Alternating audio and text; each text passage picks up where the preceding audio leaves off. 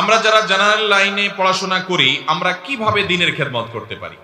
আমরা যারা সাধারণ শিক্ষিত ভাইরা আছে, আমরা আল্লাহর দ্বীনের খেদমত করার জন্য প্রথমত আমাদের কোরআন এবং হাদিস সম্পর্কে নলেজ অর্জন করতে হবে।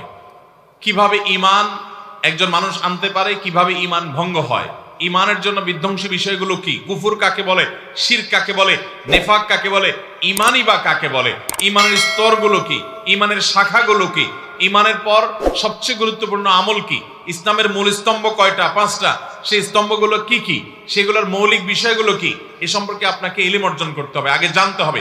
ইসলামের সেবা করতে হলে আগে কি করতে হবে?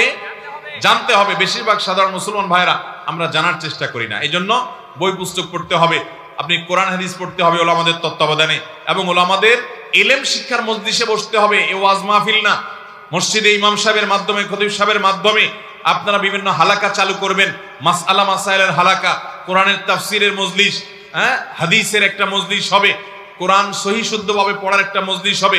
এই সমস্ত মজলিসে বসে নিজেকে আপনি কোরআন হাদিসের জ্ঞান দ্বারা সমৃদ্ধ করবেন। এটা হবে আপনার প্রথম চ্যালেঞ্জ। আপনি যদি আলেম না, এরকম সাধারণ মুসলমান হয়ে থাকেন, তাহলে আপনার প্রথম কাজ হবে কোরআন হাদিসের মৌলিক বিষয় আপনি ধারণা নেবেন, ইলম অর্জন করবেন।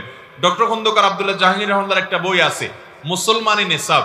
এই মুসলমানি নিসাব বইটা যদি আপনি সংগ্রহ করেন, এই বইতে একজন মুসলমানের যা না জানলে নয়, খুব বেশি বড় না, ছোট একটা বই, স্যার রাহিমাহুল্লাহ সেটা চমৎকার ভাবে তুলে ধরেছেন।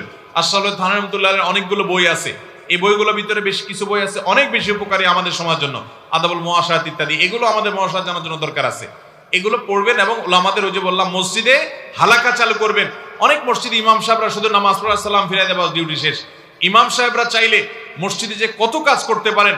মসজিদে এক সময় তাফসিরের ক্লাস হবে, এক সময় হাদিসের ক্লাস হবে, এক সময় কোরআন সহি শুদ্ধভাবে পড়ার ক্লাস হবে, এক সময় মাসআলা মাসাইলের ক্লাস হবে। এরকম প্রাণবন্ত থাকবে দ্বীনি প্রোগ্রামে। ইমাম সাহেবদের এত বেশি বেতন দিবেন, সুযোগ সুবিধা দিবেন যে তারা যাতে কোনো ধান্দা করা না লাগে, পুরো সময়টা যাতে আপনাদের জন্য ব্যয় করতে পারে। ইমাম সাহেবদেরকে আপনারা উদ্বুদ্ধ করবেন যে হুজুর বিভিন্ন রকমের প্রোগ্রাম করেন। তাহলে মসজিদে সাধারণ মুসল্লিরা মুসলমান হিসাবে নামে মুসলমান হবে না, নামধারী মুসলমান হবে না। আমার দেশে বেশিরভাগ মুসলমান হলো নামধারী মুসলমান, মুসলমানের সন্তান মুসলমান, মুসলমান বাই চান্স, মুসলমান বাই চয়েস না, জেনে শুনে মুসলমান না, পড়ে শুনে মুসলমান না, শুনে শুনে মুসলমান, দেখে দেখে মুসলমান। এই টাইপের মুসলমান আসল বা প্রকৃত বা সফল মুসলমান হতে পারে না।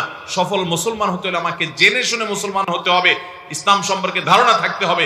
বেসিক এবং মোটা মোটা ধারণা আমাদের অনেক মুসলমানের নাই। আল্লাহ তাআলা আমাদেরকে জানার তৌফিক দান করুন। তাহলে আপনি সাধারণ মুসলমান হলে আপনি ইসলামিক খেদমত করার জন্য প্রথম কাজ হলো আপনাকে ইসলাম সম্পর্কে সাধারণ এবং বেসিক ধারণা নিতে হবে। দ্বিতীয় কাজ হলো আপনি নিজে ইসলামের সেবা অর্থাৎ দাওয়াতের কাজ, এটা আঞ্জাম দেওয়ার জন্য আপনি নিজে একজন আদর্শ মানুষ হওয়ার চেষ্টা করবেন। আপনার আমলে, আপনার কাজ কামে আপনি একজন আদর্শ মানুষের চরিত্র আপনার মাধ্যমে ফুটায় উঠবেন।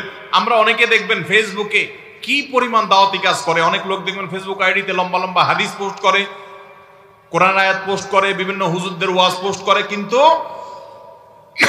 তার নামাজের খবর নাই। আছে না নাই? এটা কোনো আদর্শ মুসলমানের কাজ হতে পারে?